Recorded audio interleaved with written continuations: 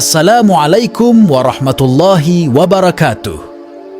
Sahabat musbi yang dirahmati Allah, karomah adalah hal atau kejadian luar biasa yang sulit diterima akal dan kemampuan manusia biasa. Pada umumnya, karomah terjadi pada diri seseorang yang berpangkat wali. Salah satu wali yang menerima karomah dari Allah Subhanahu wa Ta'ala adalah Syekh Abdul Qadir Jailani. Yah, siapa yang tak tahu kisah beliau? Syekh Abdul Qadir Jailani adalah seorang ulama, wali, dan tokoh sufi yang sangat dihormati dalam agama Islam. Adapun beberapa karomah Syekh Abdul Qadir Jailani yang termaktub dalam sejumlah kitab dan masih banyak yang belum mengetahuinya. Salah satu karomah yang beliau miliki yaitu beliau bisa menghidupkan orang yang sudah mati. Dalam kitab Manaqib Jawahirul Ma'ani, kisah tersebut berawal saat beliau bertemu dengan dua orang yang tengah berdebat. Perdebatan antara orang Nasrani dan orang Muslim, perdebatan itu menyoal siapa yang paling mulia, apakah Nabi Isa alaihimussalam atau Nabi Muhammad sallallahu alaihi wasallam. Menurut orang Nasrani tersebut, Nabi Isa berkedudukan lebih agung dan mulia daripada Rasulullah sallallahu alaihi wasallam. Dan sebaliknya, orang Muslim berpandangan kalau Nabi Muhammad jauh lebih mulia. Dari situ, Syekh Abdul Qadir Jailani makin penasaran dan ingin mengetahui alasan orang Nasrani tersebut.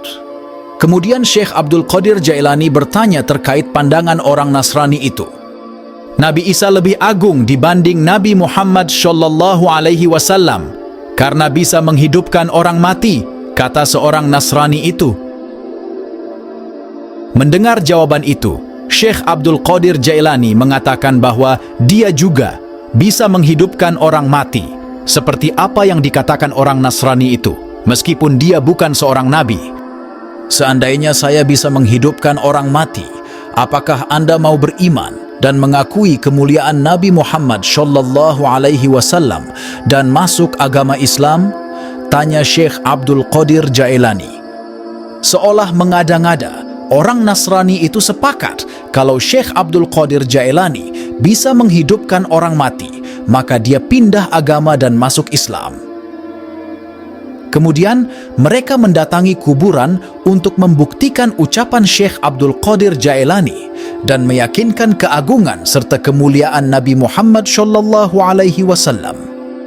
Di kuburan, banyak orang yang juga tertarik untuk melihat, sehingga area makam sangat ramai oleh penduduk sekitar.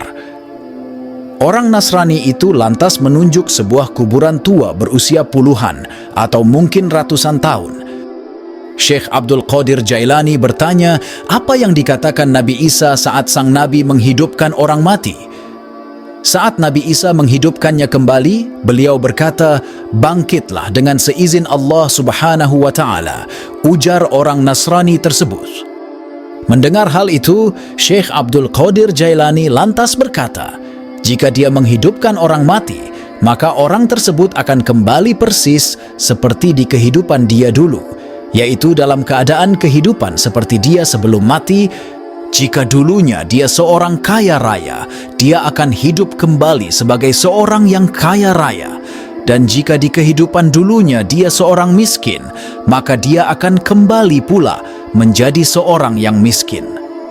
Maka tak lama kemudian Syekh Abdul Qadir Jailani menghidupkan orang mati di hadapan orang-orang dengan berkata, "Bangkitlah atas seizin Allah Subhanahu wa Ta'ala." Saat itu juga kuburan terbelah dua, dan bangunlah orang yang berada dalam kuburan tersebut. Melihat kejadian tersebut, orang-orang yang melihatnya terkejut, tak terkecuali orang Nasrani tersebut. Kisah Syekh Abdul Qadir Jailani menghidupkan orang mati ini adalah sebuah karomah untuk menunjukkan keagungan dan kemuliaan Rasulullah sallallahu alaihi wasallam. Menyaksikan hal tersebut, orang Nasrani ini seolah tak percaya, namun dia tetap menunaikan janjinya dan memutuskan menjadi mu'alaf. Dia pun bersyahadat di hadapan Syekh Abdul Qadir Jailani dan mendapat bimbingan langsung dari ulama asal Iran tersebut. Begitulah kisah salah satu karomah yang dimiliki oleh seorang Syekh Abdul Qadir Jailani, yaitu beliau dapat menghidupkan orang yang sudah mati, tentunya atas seizin Allah Subhanahu wa Ta'ala, untuk menunjukkan keagungan dan kemuliaan Rasulullah Shallallahu Alaihi Wasallam.